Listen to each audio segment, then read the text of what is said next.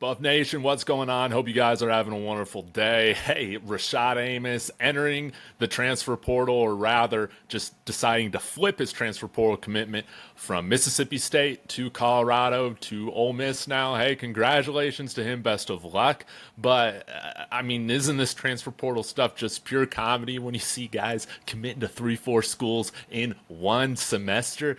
This is absolutely insane. So I'm going to get into a little bit more of my reaction. I got some names of some targets that I think CU should probably look at, or maybe some guys that eventually we will see that they end up offering or bringing in here. And then, of course, I want to get to your reaction. So without further ado, actually, let me just say this. Hey, thank you guys for the support of the channel. You guys are probably noticing my accidental live stream I did a little while ago. Trying a new recording service, as well as got a new 4K camera. And as you can see, finally putting some decorations up behind me. So none of this is possible without you guys. Thank you so much. But hey, let me share my screen and let's go ahead and get into it, shall we? So we got Rashad Amos moving out to Mississippi State. Who might be some targets for us at the running back position? Hey, let's just get to it. First off, Dominique Johnson. This gentleman has played a handful of years at Arkansas. Not a ton of carries, but I think last year, we can go into it in a minute, but averaged 6 yards a carry, 6'1", 252 pounds. I mean, that's what I want you guys to take a look at and notice. Demarcus Bowman, I think he's been to like 3 different schools, something like Clemson, maybe then it was Florida, then UCF, and now he's in the transfer portal again, minimal playing time.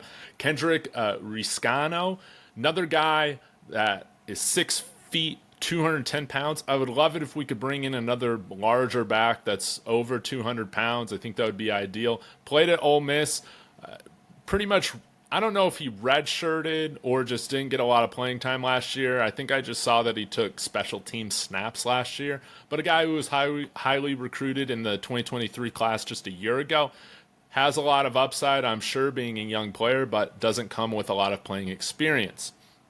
Outside of that, I don't know. There are a lot of smaller-sized backs that are in here. George Hart, we could take a look at, but I don't think he got much playing time at Arizona State. Chris Curry's an interesting guy. I think he's about to be in his 7th year of college football.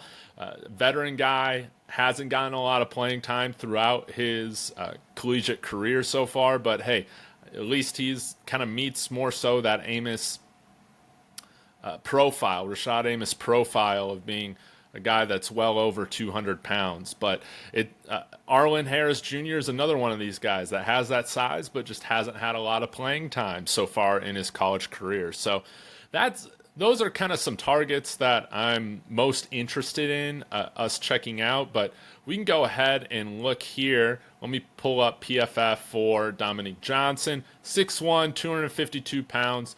Draft eligible after this year. This is his pass blocking grade, 50.2. You would like to see better, but at least he had some good rated games against some quality opponents. Up here with Alabama and Missouri were like his highest rated games outside of Western Carolina, so that's nice to see. Let's take a look at what he did rushing, though, and you can get a little bit better of a feel of the type of player he is.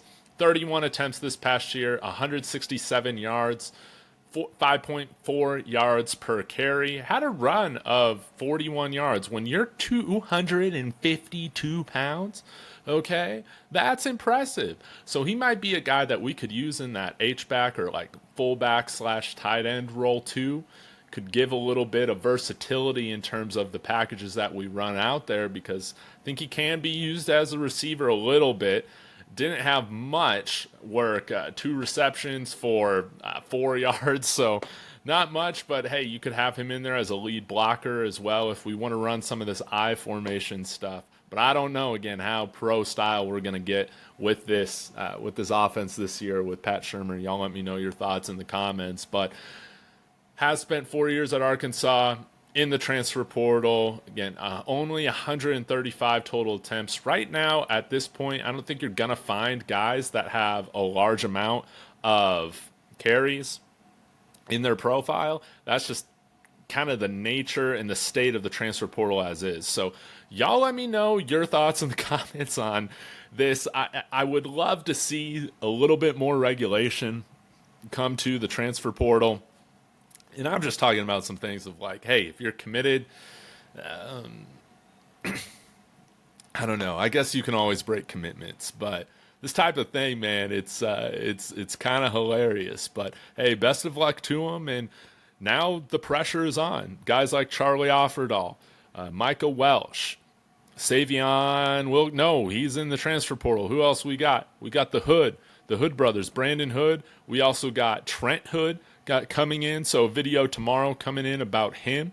And on another note, looks like we got another long snapper competing with Camden Dempsey and Gabe Landers. Not really sure who is going to emerge as that starting long snapper for us, but that's going to be exciting to see. So really appreciate your guys' thoughts in the comments. Let me know. Apologies about the live stream screw up that I had. I couldn't even get your guys, if you guys were in the chat, I couldn't even get those comments. So gonna figure out some things here with Riverside. You still might see me use StreamYard with live streaming before I get this stuff fully figured out. But again, big shout out to you guys upgrading the quality of the channel. It doesn't happen without y'all, no doubt. So thank you so much for your time. Smash that like and subscribe on the way out. And as always, y'all, go Buffs.